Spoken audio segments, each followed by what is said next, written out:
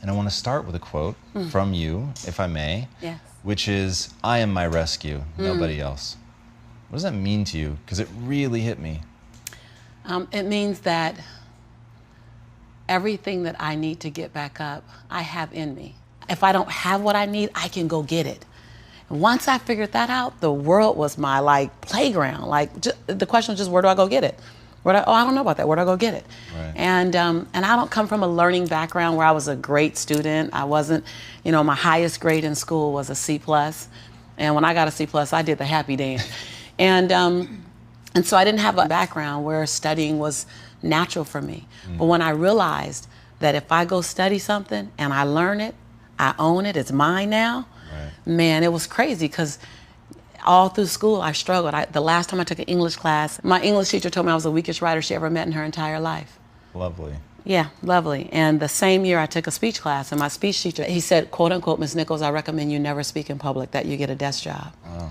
And so That's mean. yeah, it's just, it was demotivated people, sad people, hurt people hurt, sad people make other people sad. Bottom line, don't take it personal, hurt people hurt. That's really rad. I don't want to derail your story because your story is Yeah. amazing. We are going to finish that tale. But hurt people hurt, sad people are sad. That's They make other people sad. Sad people make other people sad because people love company. Everywhere you are, you want company. And so without taking it personal, just see where people are. And so a part of that was I had to see who I was hanging around. And, miserable people want company, and I had to literally be willing to not only relocate my mind, but relocate my body so I can relocate my finances and relocate my possibility, relocate my son's future. I was very clear the future my son was going to have if I didn't do something. And I was not subscribing to that, not on my watch. My son's father went to prison when he was 8 months old, and he's been in prison since my son was 8 months old. Whoa. My son turns 22 this year. My son is an African-American male child living in South Central Los Angeles when, at that time, he had a 66% chance rate of going to prison, not on my watch. So I was willing to be radical. See, most people want the convenience of transformation without the inconvenience of required, busting ass, required for transformation. So my grandmother says, and I love to repeat this, your conviction, what you're passionate about, your conviction and your convenience don't live on the same block. They ain't even in the same zip code. So if you want to have a conviction for something, you have to sign up to be inconvenienced. We're trying to find convictions and passion and breakthrough on the inside of our box. Well, when you realize that the box doesn't even exist, like someone made up, oh, you're playing outside the box. So we all bought into, there's a box. Well, I don't even own a box. I don't even want to get in your box. You better come out here because I ain't getting in there. And so when you start thinking like that, Tom, all of a sudden, everything is possible. So I disrupt people when I say, you want to make me extraordinary, because it lets you off the hook. God, that's good. I'm wow, just you just saying. gave me the chills. Right. Everywhere I go all around the world, you're like, oh my God, that's Jesus. extraordinary. Yeah, because it lets you off the hook. You get to play like, oh, well, if I had it like her. No. What if you do? What if you do? What if the God that we call God, the divine, whatever your faith is, what if there's no partial? It's not going to give me a hookup and not give you one. Not going to give me an opportunity and not give you one. I'm just going to go after it. If I die, I'm going to die on a treadmill, like Will Smith said. I'm going to be on the treadmill running. I'm just not going to stop because I believe all things are available to us. I'm just willing to go after them. Are you willing? And then that is so disruptive because then you got to make a decision.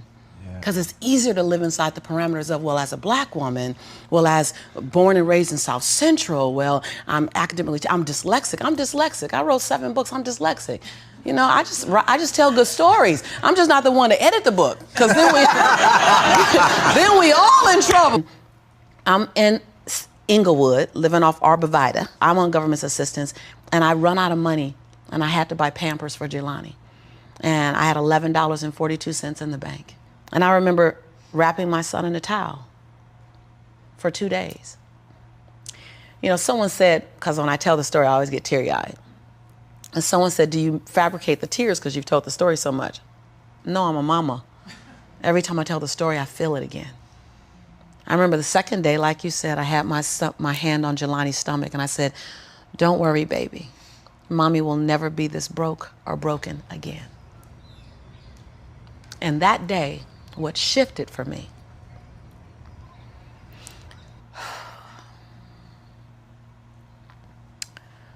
was I was willing, and I don't know if this is going to sound crazy, I was willing to completely die to any form of me that I had been so that I can birth the woman that I was becoming.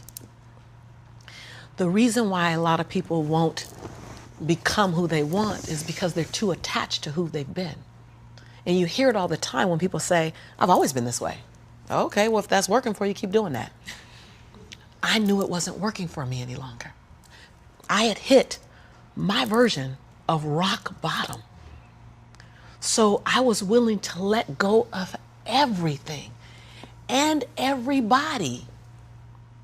See, another reason why people won't get there is because the doorway is for you to fit through. You're trying to carry everybody else through because you're trying to be Rescue 911. And you got to rescue you first.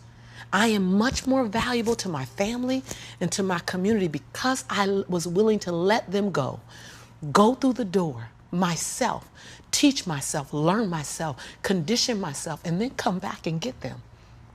I'm much more valuable to them now. But I had to go through a window time of 10 years of judgment. You leaving us, hanging out with white people all the time. You going to these crazy countries. We don't know what you... I had to be willing to allow my conviction to make me inconvenienced. See, we want to grow, but we want to stay liked by everybody. I was willing to be my own rescue at the risk of your approval. But most of us aren't like that. Facebook is an example. We want to be liked. Well, I woke up and I like myself today, so your like is extra. My job is to like me first. I was willing to say every day, Lisa, you like you? Lisa, are you proud of you? Lisa, are you playing full out? Every day before I checked in with anybody else. That's lonely, by the way. Why won't most people do it? Because it's scary and it's lonely. So what did I do?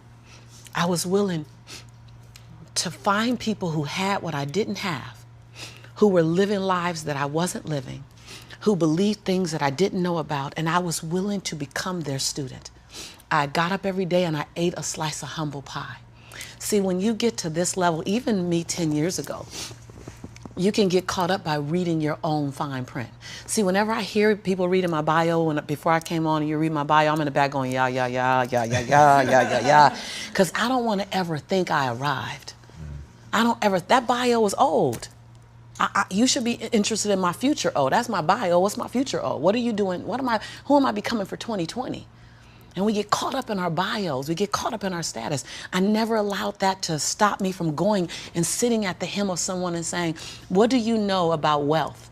See, because there's 3 forms to money. There's 3 relationships to money. We learn how to earn it, we learn how to keep it, and we learn how to grow it. Well, I learned how to earn it because my theme song was, I'm a hustler, baby. And I want you to know, everybody with me, it ain't where I've been, but where I'm about to go. So I was singing that song. That was good. They know, right? I was singing that song when I was working out of my closet as my office. I was in a walk-in closet where you really couldn't walk in, you stepped in and turned, right? and the clothes rack, you know how you have the hanger rack, I had pant hangers in the closet and I had manila folders clipping on the pant hangers. Those are my client files. And I would sit there and I put $2.99 mirrors that you get from CVS. I put them all around my closet walls so that I can make my office look bigger. I worked out of that closet office for 4 years, singing that song. It ain't where I've been, but where I'm about to go. I knew that. I knew how to make money. I didn't know how to keep it, because ain't nobody had none in my family. So keeping wasn't an issue. Growing was never an issue. So I went to people who knew how to make it, keep it, grow it. I went to people who was about serving others to the highest level. See, I make a lot of money because I serve more people. See, all your success is on the other side of service. People trying to make money, if it begins and ends with money, it's going to be a short-lived victory. But if it's about transforming lives, then the wind keeps going and going and growing and growing. So I went to people that knew what I didn't know. And I killed my ego every day, murdered my she-go every day. Because I got a big she-go. I mean, come on, right? Every day, Tom. And I got hungry and I learned. I went to the same training 42 times. Yes, I said 42. Some folk will stop. This is how I've been there already. I learned that already. Yeah. No, I wasn't there. I wanted to be able to finish their sentences. I want to know what you know. I want to walk like you, talk like you, and then I want to then embed me in it. But success leaves clues. We're just not picking them up. I was the only African American person at this conference. I was one of 2 women at this conference. Within the last 29 sessions, I led the conference. But I was willing to be the student first. So that's what I did, number 1. And number 2, I looked at every toxic behavior in my life. Everyone. You see me go behind my own black curtain. People don't want to tell on yourself. You're trying to protect. You're trying to do 4 things. You're trying to protect, prove, hide, and defend. If you wake up every day and say, I have nothing to protect, I have nothing to prove, I have nothing to hide, I have nothing to defend. Now, who do I choose to be? Because your energy is consumed with protecting, proving, hiding, and defending. Right. But if you let go of that, then now you're in creation. Every day I told myself that. Every day I got in the mirror and I said 3 sentences. And I gave each sentence 7 different endings. And at times I was crying so hard I couldn't understand myself because the ending, the sentence was so difficult to say. Every day I looked in the mirror and said, Lisa, I'm proud that you. And I found 7 different things to celebrate Lisa for because we are under-celebrated. Because you want someone to celebrate you more than you celebrating yourself. You want to hear thank you from others more than you're thanking yourself. You want to hear other people say, I love you more than you saying, I love yourself. You are teaching the world. I said this on Oprah. And when I said this on Oprah, she said, oh my God, I believe the exact same thing. So I knew I had one thing right. The world is looking at you and following your example of how to treat you. How to treat you. They're following your example of how to treat you. So how you treat you, the world's going to follow your lead. So I had to start treating Lisa better because I was everything for everybody but nothing for myself. And so every day I got in the mirror and I completed 3 sentences. Lisa, I'm proud of you for. Second thing, Lisa, I forgive you for. Whew. That one took me down daily because I'd had a son with a man who was now in prison, my biggest nightmare, my greatest nightmare.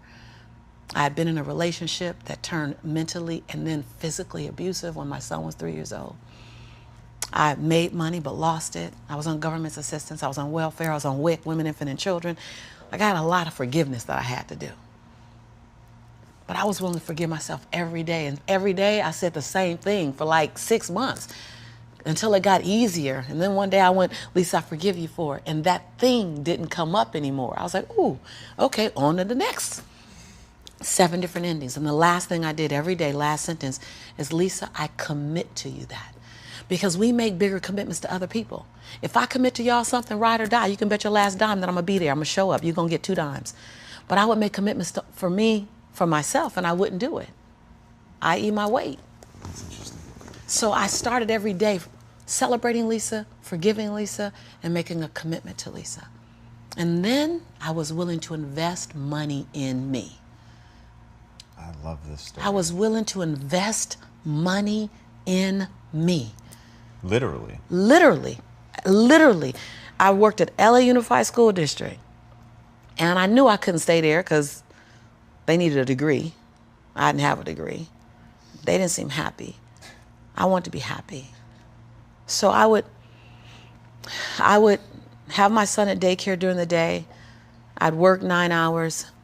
I'd pick him up from daycare, take him back to my office. I'd take a 30-minute break from 6 o'clock to 6:30 to go get him.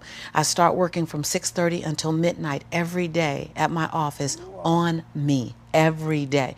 Put my son on a little, primary color blanket, something to occupy him. Give him toys that I took the batteries out of so he'd be confused for a little while trying to figure out why they're not working. I'm serious. And I did it every day. I stopped going out to dinner. I stopped going out dancing. I stopped getting my nails done, stopped getting my hair done. And every 2 weeks when LA Unified paid me, I wrote a check to my dream. And I wrote in the memo line, funding my dream. And I would mail the check to the bank, Wells Fargo. And I mailed a check to myself every 2 weeks for 3.5 years. My family thought, thought I was smoking on drugs. Like, she ain't going out. She eating beanies and weenies all week. We think she on drugs, but she's not getting any smaller, so maybe not. And I went to the bank after 3.5 years. This is the story you're talking about. I walked in the bank. I said, I'm just gonna check and see where that account is, because I wouldn't open the statements, because my mother used to say when I was growing up, girl, this money burn in my pocket. And I'm like, I think money hot, and it goes. Thank you so much, and it goes away fast. So I'm not gonna open the statement because I don't want to know how much money I have, because I didn't have a healthy relationship to money. I didn't even know a relationship with money. So while I'm at these trainings, they just kept saying save. So I'm like, okay, I'm gonna save. I didn't need the money that I was writing checks for, because it was the money I used on my nails and my hair. And then every check I wrote to myself, I made a challenge with myself that it had to be 5% more than the next check. Wow. Than the previous check. So I didn't really know how to calculate the 5%. So I'm like, well, I'll just add $30. I'll just add $60. I really didn't know anything about it. Then I went out and got a second job. And I started working in the evenings, less on my business and more out on jobs, so I can write a bigger check. So I learned how to live on $31,000. That's all I was living on, $31,000. We can make it. We got it. I sold my Altima I had at the time. I bought an old Ford Explorer.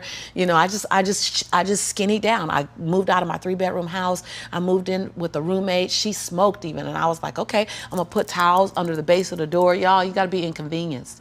I put towels on the base of the door so the smoke wouldn't come in the room with me and my son. We slept side by side in the same bed. Went from a 3-bedroom, 3-bathroom house, 2-story, to a roommate, because I was willing to write a check to fund my dream. And I kept writing, funding my dream, funding my dream, funding my dream.